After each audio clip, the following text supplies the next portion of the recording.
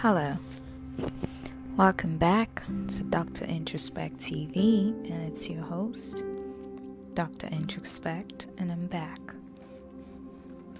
I know we're doing something a little different today.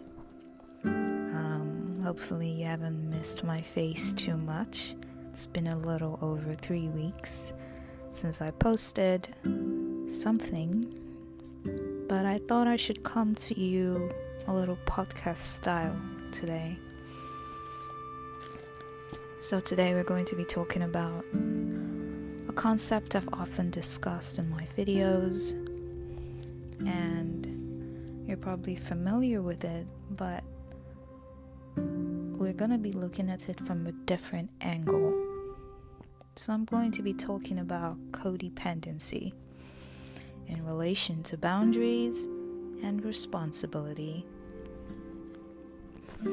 So when you think about codependency, or you read about it, you hear and you find out that it's about an over-reliance on things other than the self, usually on a person, perhaps your partner or maybe your friend, to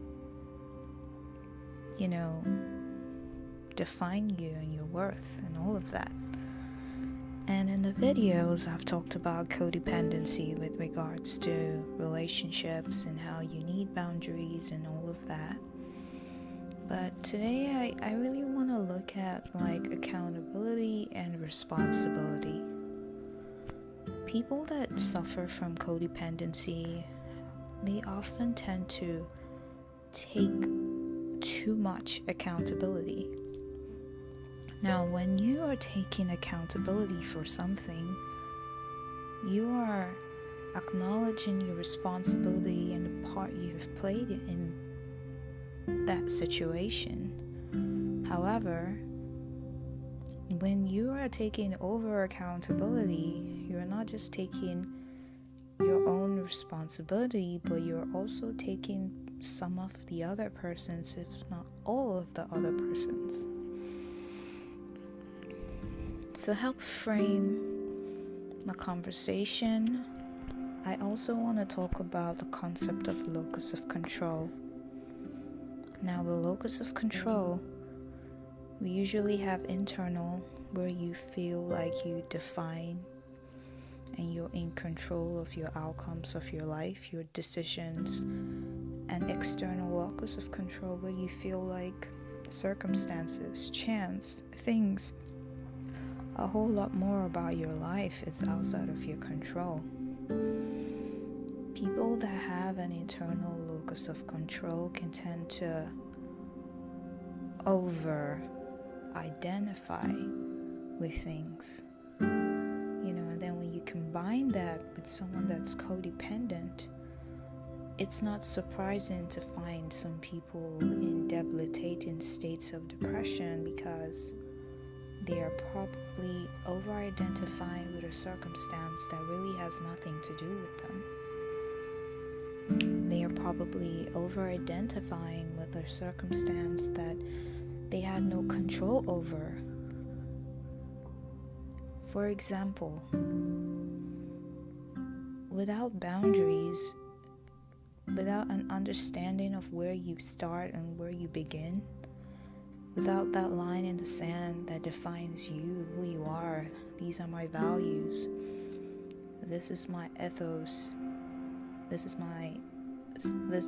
is what makes up my sense of being and my sense of self, you can be like a leaf in the wind, just being carried away and tossed around in the wind, and you don't really know who you are. And the wind could be your job, your friends, your family, society, expectations that you're constantly morphing into, that you lose your sense of self. People with weak boundaries or codependence can be very controlling as well.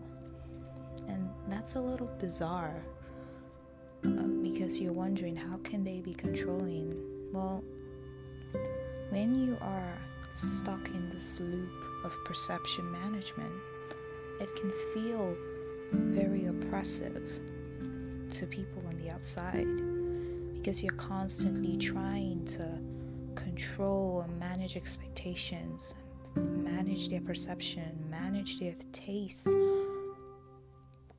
It can also be very exhausting for the person that is doing all of these things. Very destabilizing, and it can create a sense of restlessness.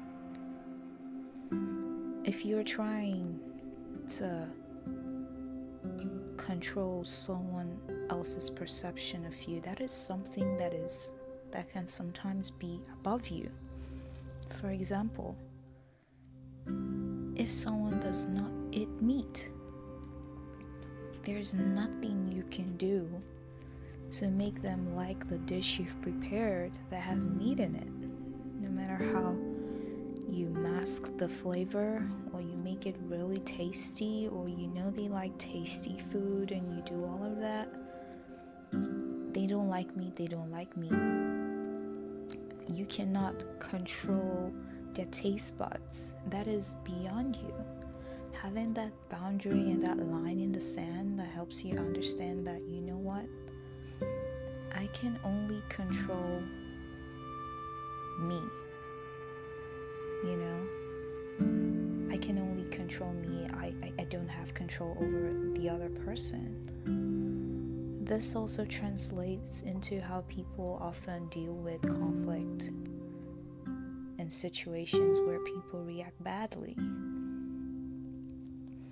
Sometimes codependents can be in this situation where they are afraid to be their authentic selves because they don't want to hurt someone. Now, I don't mean being rude or anything, but genuinely experiencing their feelings and emotions and being who they are authentically, because they don't want to come off in a way to this other person or to this other group. One of the most liberating things is understanding that you are only responsible for yourself. That is, you can express your displeasure with something in a kind way, but your feelings and that feeling of displeasure because something has been done to you is real, and you're allowed to feel that. And now, however the other person reacts because of that, that is not your responsibility. They are responsible for how they process that information as well. Without these boundaries, you can take it upon yourself to try to control how someone reacts to the information you give them. The best you can do is present it in a kind way, but how they take it from there, that is on them, not you. Something else that tends to happen with codependency is an over-personalization of setbacks and disappointments and failures and rejections. Sometimes people that don't understand the values of boundaries or don't even have them can find that when they are rejected, they feel like it's their fault.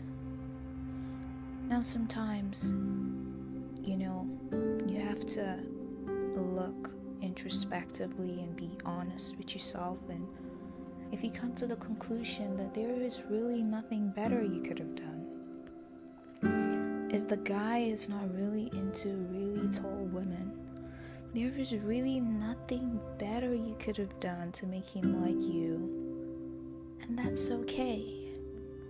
And him not liking you doesn't take anything away from you. It doesn't make you any less attractive.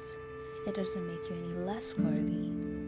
It's just an expression of his own taste or palate.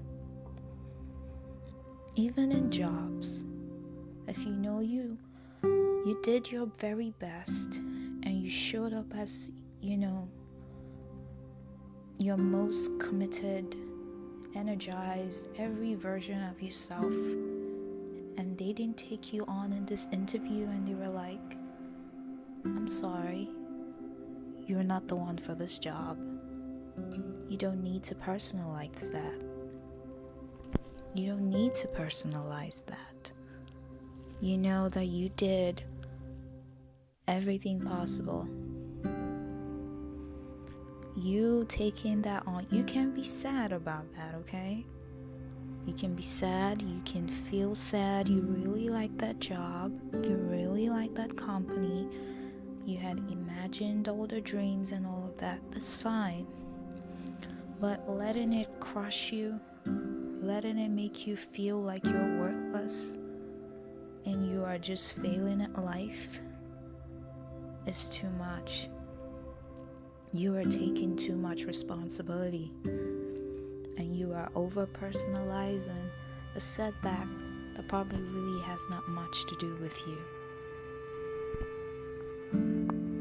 Now, if you know that perhaps you could have studied a little more questions to prepare you for the interview, maybe you could have ironed your shirt, I don't know, whatever you think, you can take that lesson and implement that for next time.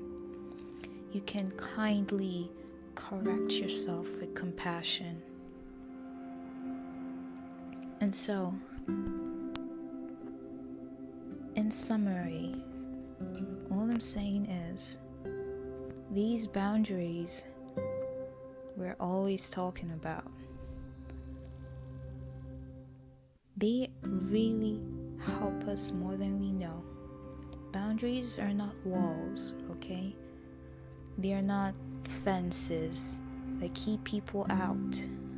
Boundaries allow us to show up as our most authentic selves so that we can love people fully and show up and be present in the capacity that we're able to without compromising ourselves, our values, who we are, or what we are about. You've been listening to Dr. Introspect, Dr. Introspect TV, and it's been a pleasure. I'll see you next time. Bye.